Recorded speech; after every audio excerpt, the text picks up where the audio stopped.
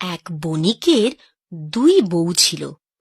বড় বউয়ের থেকে বণিক ছোট বউকেই বেশি ভালোবাসতো। বড় বউয়ের মাথায় চুল ছিল না বললেই চলে, আর ছোট বউয়ের মাথায় ছিল কালো কুচকুচে এক রাশ কোঁকড়ানো চুল।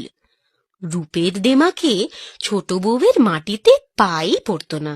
বলি শুনছো? ও ছোট বউ, ছোট বউ, আরে একবারটি শুনে যাও না।